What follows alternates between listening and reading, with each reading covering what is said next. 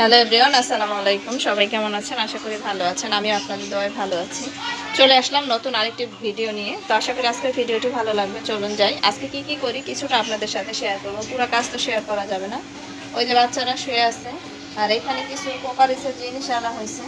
এই জিনিসগুলো আপনাদের সাথে পরে এক সময় শেয়ার করবো। তো চলেন, যেহেতু আমাদের গ্যাস থাকে না, 3টার বেশি বাজে, আমি আগে ইফতারটা বানাই নিই। এখানে ডিম নিয়েছি, আজকে একটু ডিম চপ বানাবো। তো এগুলো দিয়ে হচ্ছে এইখানে আলু দিয়ে মোড়াই দিব, আর বেগুনি এই যে অলরেডি ভাজতেছি। এখানে আলুর চপ সরি, এখানে নিয়ে নিলাম ডাল বাটা, মসুরের ডাল, সরি খেসারি ডাল। আর এই তো দেখেন অলরেডি ভাজা হচ্ছে বেগুনি। এই তো সারাদিন আজকে যে খাটটা কিনছি সে খাটটা নিয়ে পারাপারি করলাম। আজকে মনের মতো একটা জিনিস আসলে না হলে ভালো লাগে না। তো দেখতে থাকেন, সবাই পাশে থাকেন। আমি এই বেগুনিগুলো উঠাই নিই। বেগুনিগুলো উঠাই তারপরে হচ্ছে আপনাদের সাথে কথা বলতে পারবো। তো মোবাইলটা আগে একটু বসাই নিই।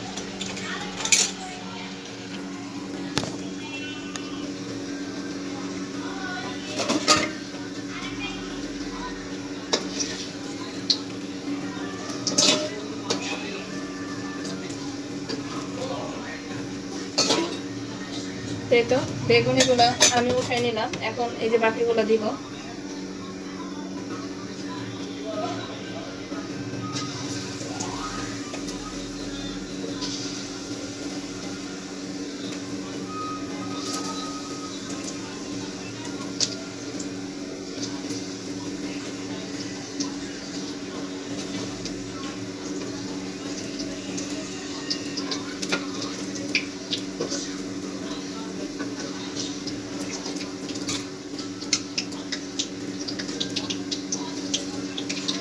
ইফতারিগুলো তাড়াতাড়ি বানানোর কারণ হচ্ছে গ্যাস থাকে না একটু, আর এখন একটু আছে।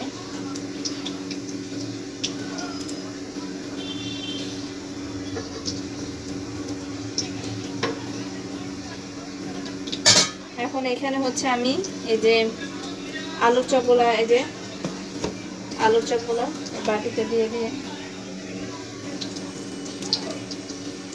আলু চপগুলো আগে ভাজবো। তারপরে এই যে ডিম চপগুলো আমি এই যে শুধু কুসুমটা আটকাই দিব। কুসুমটা আটকাই দিলে হবে কি, কুসুমটা বের হবে না। তো এই সাইড এরকম আমি এতটা ঢাকবো না, তাইলে আলুই লাগবে, ডিম পুরা লাগবে না। এই তো এরকম করে আমি ঢেকে দিলাম। তো প্রত্যেকটা এভাবে করে ঢেকে দিব। তো সবাই দেখতে থাকেন।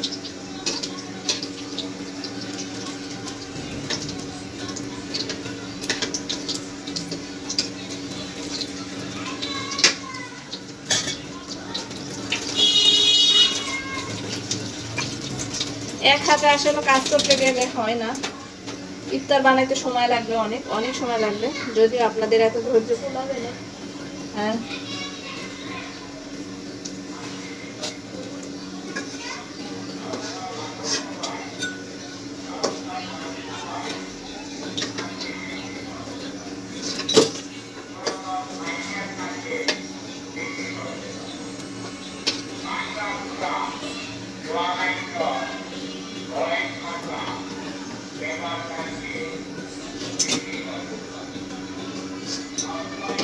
এই যে দেখেন আমার বেগুনিগুলো কিন্তু সুন্দর, এই যে ফুলকো ফুলকো হয়েছে। এখন আলু চপটা ভেজে নিই।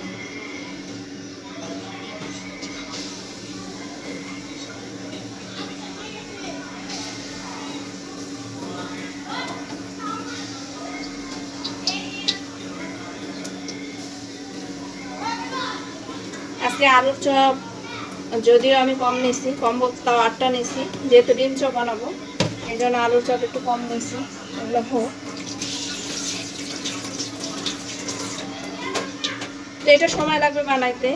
সবাই ভালো থাকবেন, সুস্থ থাকবেন, আমাদের চ্যানেলটির সাথে থাকবেন, আমার এই ছোট্ট চিলিকোঠার সাথে থাকবেন। আমার এই এক রুমের ভিতরে যা হয় আমি সবাই আপনাদের সাথে শেয়ার করি।